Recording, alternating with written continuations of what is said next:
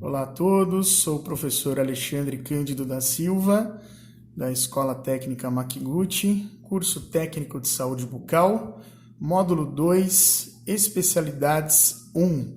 E hoje vamos falar sobre instrumentais, materiais, medicamentos, periféricos e insumos no universo da cirurgia oral. A cirurgia oral ela está incluída em uma especialidade odontológica chamada cirurgia e traumatologia bucomaxilofacial. É uma especialidade da odontologia que trata as doenças da cavidade oral e seus anexos, tais como traumatismos e deformidades faciais, congênitas ou adquiridas, traumas e deformidades dos maxilares, envolvendo a região compreendida entre o osso hioide e a parede anterior do seio frontal, de baixo para cima, e do tragus à pirâmide nasal, de trás para adiante. Ou seja, uma área de grande abrangência que faz uma conexão com as outras especialidades. A linha de atuação principal se dá em 3 áreas específicas. Na linha das fraturas, que são os traumas, aqui nós podemos ver, uma mandíbula fraturada, ou seja, a cirurgia ela vai fazer parte dessa reconstrução, recuperação do paciente.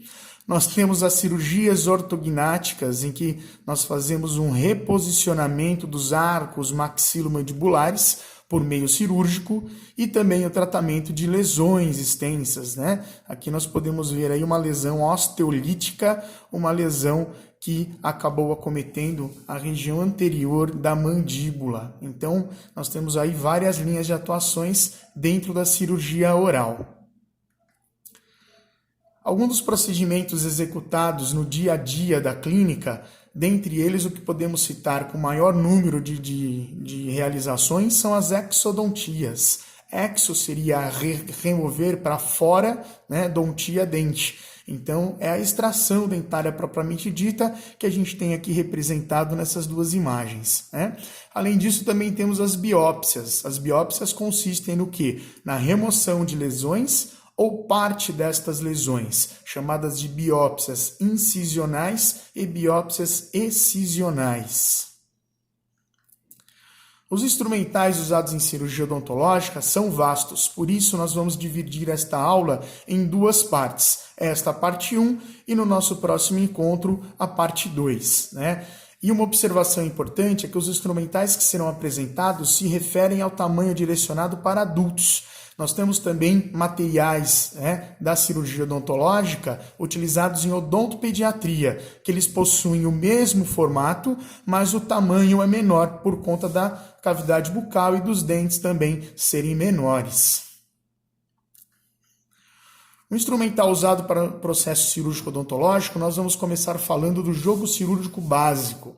O sindesmótomo é o que rompe a sindesmose, ou seja, a ligação entre o dente e os demais tecidos. Esse sindesmótomo ele também é chamado de descolador gengival.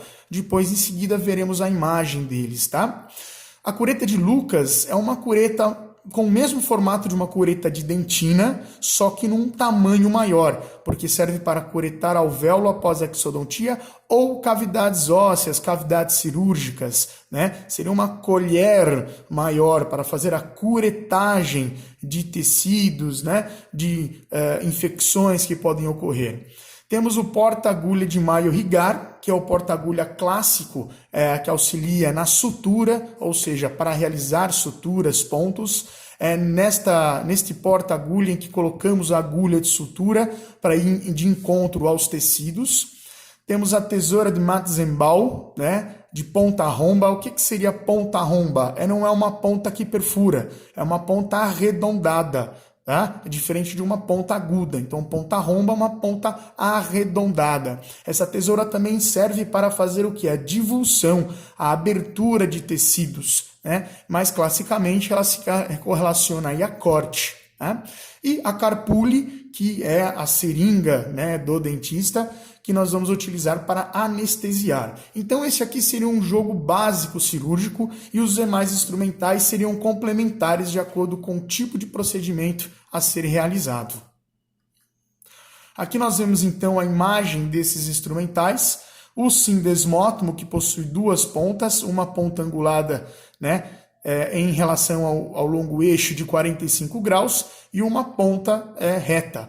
Então nós introduzimos estas pontas aqui em direção à gengiva, então a gente faz um descolamento gengival, fazendo com que nós tenhamos uma maior observação da região cervical dentária. A cureta de Lucas, que a gente pode observar, né? Dá para ver aí que é uma colherinha mesmo, mas um volume maior, consequência da sua aplicação, né? Que é para curetar coisas maiores. Temos a tesoura Matzenball de ponta romba, ou seja, se vocês observarem a ponta com mais atenção, vão ver que é uma ponta arredondada, tá? Esse é o porta-agulha de Maio Rigara, nessa extremidade em que vamos posicionar a agulha de sutura, para que seja introduzido no tecido para a gente promover o ponto, né, a sutura, né, tecidual. E aqui a clássica carpule, né, que é um material permanente, não é descartável, em que a gente coloca aqui o anestésico, a agulha gengival e a gente leva aí para fazer as anestesias, tá? Um jogo para remoção de sutura. Como falamos no slide anterior, né, do Maio Rigar, que é o porta-agulha, vamos falar também a questão do jogo clínico, né, um jogo para remoção de pontos.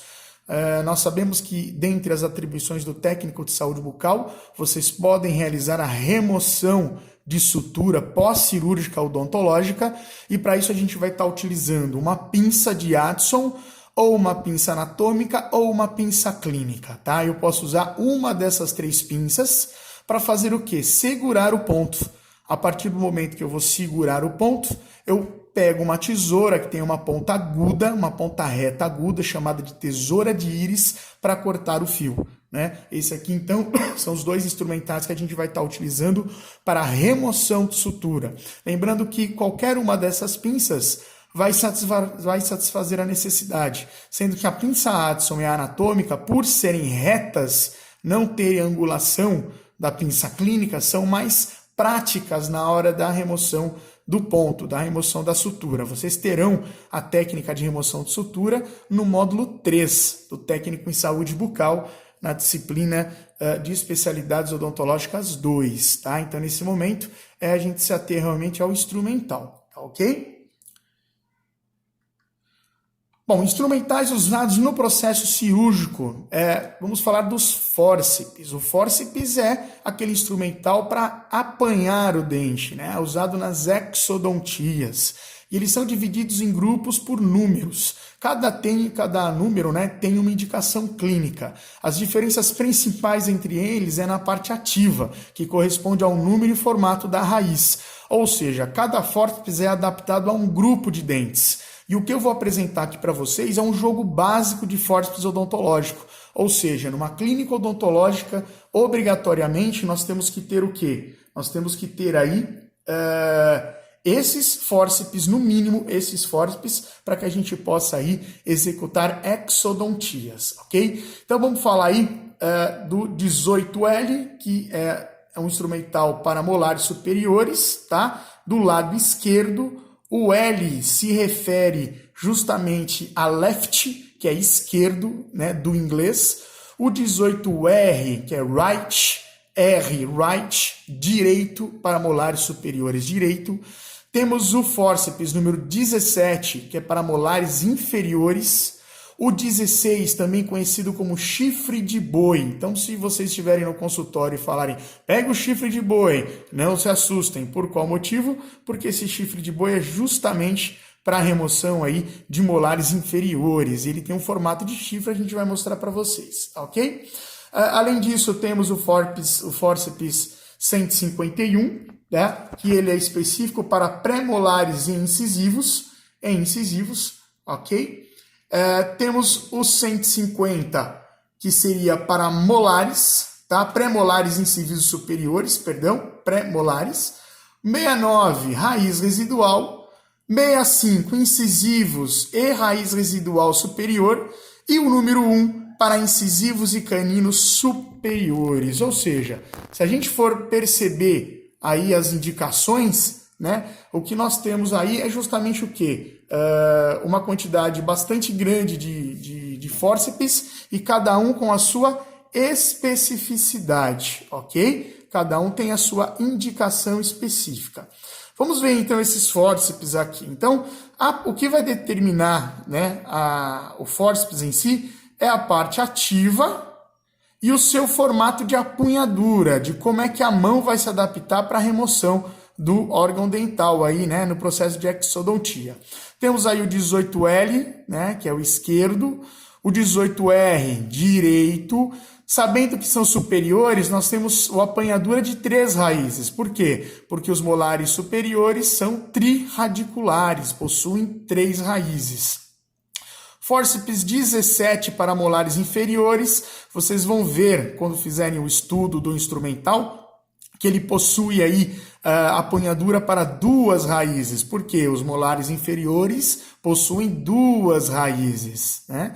Esse é o chifre de boi número 16, lembra um chifre mesmo, né? Isso aqui ele vai de encontro à furca dos molares inferiores para fazer o quê? Né? Ou a fratura para a separação das raízes, ou mesmo a punhadura, né? Para fazer a exodontia. Temos aqui o fórceps 151, né, com uma maior angulação, se difere do 150, porque ele possui uma menor angulação. Então, como essa é para inferiores, tem uma maior angulação, esse para superiores tem uma menor angulação. Eles são muito semelhantes, mas aí o que difere realmente é o quê? Né? É essa inclinação aqui, tá? Temos os fórceps para a raiz residual, ele é bem fina a ponta, por quê? Porque as raízes são estranguladas, são finas. Então é um fórceps que vai se adaptar bem especificamente para a remoção de raízes. Temos os fórceps 65, que tem esse formato, né, muito singular dele, né, ele faz aí um degrau, tá, que ele serve tanto para raízes residuais superiores quanto para incisivos. E temos o número 1, que é um fórceps reto, tá? Incisivos e caninos superiores. Então, quando vocês fizerem o estudo, né, desse material em mãos, vocês vão poder perceber um detalhe sobre esses fórceps, que para facilitar, devido à semelhança dos fórceps, no cabo nós temos a numeração desse fórceps. Então, eu consigo identificar facilmente olhando a numeração desses fórceps, ok? Nós temos outro instrumental também utilizado para exodontia, que são as alavancas. As alavancas se dividem em 2 tipos, Seldin, também chamadas de bandeirinhas, e alavanca meia cana, tá? Que são utilizadas para exodontias, é para fazer alavancas, ou seja, pressão controlada, com torque controlado para a remoção de raízes e, em muitas situações, do próprio dente, tá? Então, nós temos o Seldin reto, o Seldin direito e o Seldin esquerdo, também chamado de Seldin R ou Seldin L, right, direito, left, esquerdo. Nós temos a alavanca meia cana, que é utilizada também com a mesma finalidade do Seldin, tá? E também reta, direita, esquerda, RL, right, left. Aqui então nós temos a apresentação dessas alavancas, a R voltada, né, para encaixar em direção ao lado esquerdo, a L voltada para encaixar no lado direito da cavidade bucal e a alavanca reta. E essas são as famosas bandeirinhas. Por que bandeirinhas? Porque lembra uma bandeirinha. Se vocês olharem, lembra muito uma bandeirinha, ok? Nós temos um jogo de alavanca chamado de meia cana, que também tem a mesma nomenclatura, só que a característica é diferente. Vocês perceberem, é como se fosse um cano cortado ao meio, por isso chamado de meia cana, um cano cortado ao meio. Bom, nós temos os instrumentais de apoio cirúrgico. O que seria instrumental de apoio cirúrgico, tá? São aqueles instrumentais em que vão complementar o jogo clínico, o jogo básico cirúrgico, de acordo com o procedimento que eu estou executando. Então eu vou ter o punch cirúrgico, afastador de Farabeuf, afastador de Minnesota, lima de osso, pinça bacaus, alveolótomo, né, também chamado de osteótomo, que pode ser curvo ou reto, cinzel cirúrgico e martelo, pinça-alis, brocas cirúrgicas, porta-agulha de Mathieu, inox, e eu diria que além desses, muitos outros instrumentais, ok? E eles são usados de acordo com o tipo de procedimento que você vai realizar, tá? Vamos ver um pouquinho esses instrumentais para a gente poder conhecer. Então nós temos aqui os instrumentais de apoio cirúrgico, punch, tá? O punch cirúrgico. Para que serve o punch? Para biópsias. Ele tem um corte que tira cilindros de tecido, ou seja, isso aqui é cortante, eu introduzo no tecido e sai um pedaço daquilo que eu estou querendo investigar, tá? É o punch, muito utilizado na estomatologia, tá? O afastador cirúrgico, nós temos dois tipos, o Farabeuf, para puxar essencialmente a bochecha do paciente, por isso que ele tem esse gancho aqui nessa região. Eu tenho o afastador de Minnesota, que é para tecidos, ou seja, para rebatimento de tecido, tá? Ele tem essa característica que pode ser utilizada dos dois lados, tá? Temos o alveolótomo ou osteótomo, o próprio nome diz, corta osso. Pode ser curvo ou pode ser reto. É muito utilizado quando a gente precisa fazer a extração de um dente e você tem osso demais que pode ficar exposto. Então a gente vai lá e quebra aquele osso, corta aquele osso utilizando o alveolótomo. E temos a cuba de inox, em que a gente coloca soro fisiológico, iodo, anestésicos, né, com imersão em soluções desinfetantes. A gente utiliza muito em procedimentos cirúrgicos, ok? Temos instrumentais ainda, o porta-agulha de Mathieu, também é para fazer sutura e ponto. Mas olha a diferença, ela não tem aquela característica, né, clássica, que é o apoio de dedo aqui, ó, né? Ela tem o quê? Uma linha de travamento. Então a mão vai ficar ali apoiando, né, sobre toda a estrutura. E conforme eu apreendo, eu faço pressão, a ponta vai abrir. Conforme eu faço uma pressão, novamente ela trava. A porta-agulha de Mathieu é muito utilizado em periodontia, tá? Pinça Bacchus é uma pinça para prender campo cirúrgico. Então isso aqui a gente prende campo. Então não é uma pinça que vai na cavidade bucal. É para segurar campo cirúrgico na hora do isolamento cirúrgico. A gente vai ver isso daí um pouquinho na próxima aula, tá? Mas pensam assim, pinça Bacchus é para prender campo. É como se fosse um pregador, né? Temos o famoso Romeu e Julieta aqui, que é o cinzel cirúrgico e martelo, muito utilizado no passado. Hoje tem muitas restrições de uso, mas ainda é usado para biópsias ósseas. Em alguns casos de traumatologia, a gente ainda acaba utilizando, tá? Não é um material que está aí em desuso, como muitos pensam. A gente ainda utiliza para algumas situações. Lima de osso. Essa lima de osso é para limar osso mesmo, para fazer regularização óssea. Então são aqueles ossos que estão ali totalmente irregulares e a gente vai utilizar eles aí, vai utilizar essa lima para regularizar o osso, tá? Temos a pinça Alice, também muito utilizada em biópsias na estomatologia. Ela é muito boa para fazer apreensão de tecido. Olha o detalhe da ponta, né? É como se fosse uma garrinha e essa garrinha ela vai prender o tecido, e isso ajuda na hora do corte. E temos as brocas utilizadas para secção de dentes, corte de dente e também corte de osso. Nós temos cilíndricas, cônicas e temos as esféricas. A mais famosa delas que eu coloquei como exemplo aqui para vocês é a Zecria. É uma marca registrada porque é uma marca mesmo, né? E ela serve para corte de dente, corte de osso.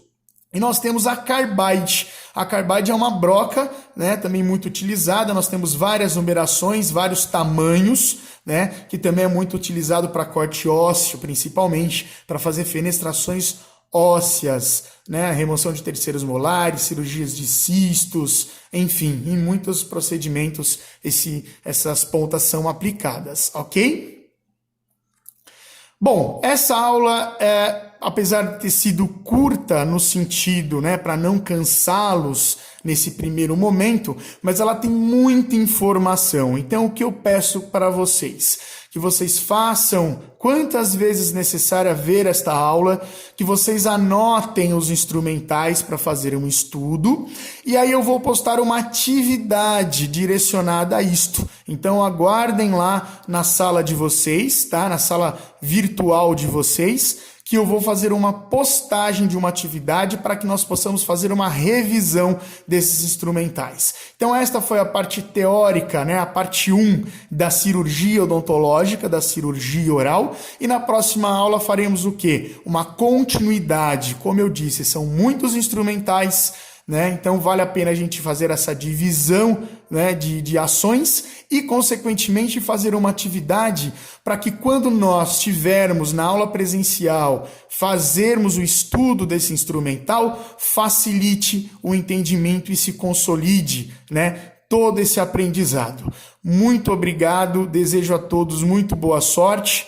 Estamos passando por um momento muito difícil, uma adaptação para todos nós, mas com muita fé, muita determinação, a gente vai conseguir superar. Um grande abraço a todos e, se Deus quiser, nos vemos em breve. Até mais!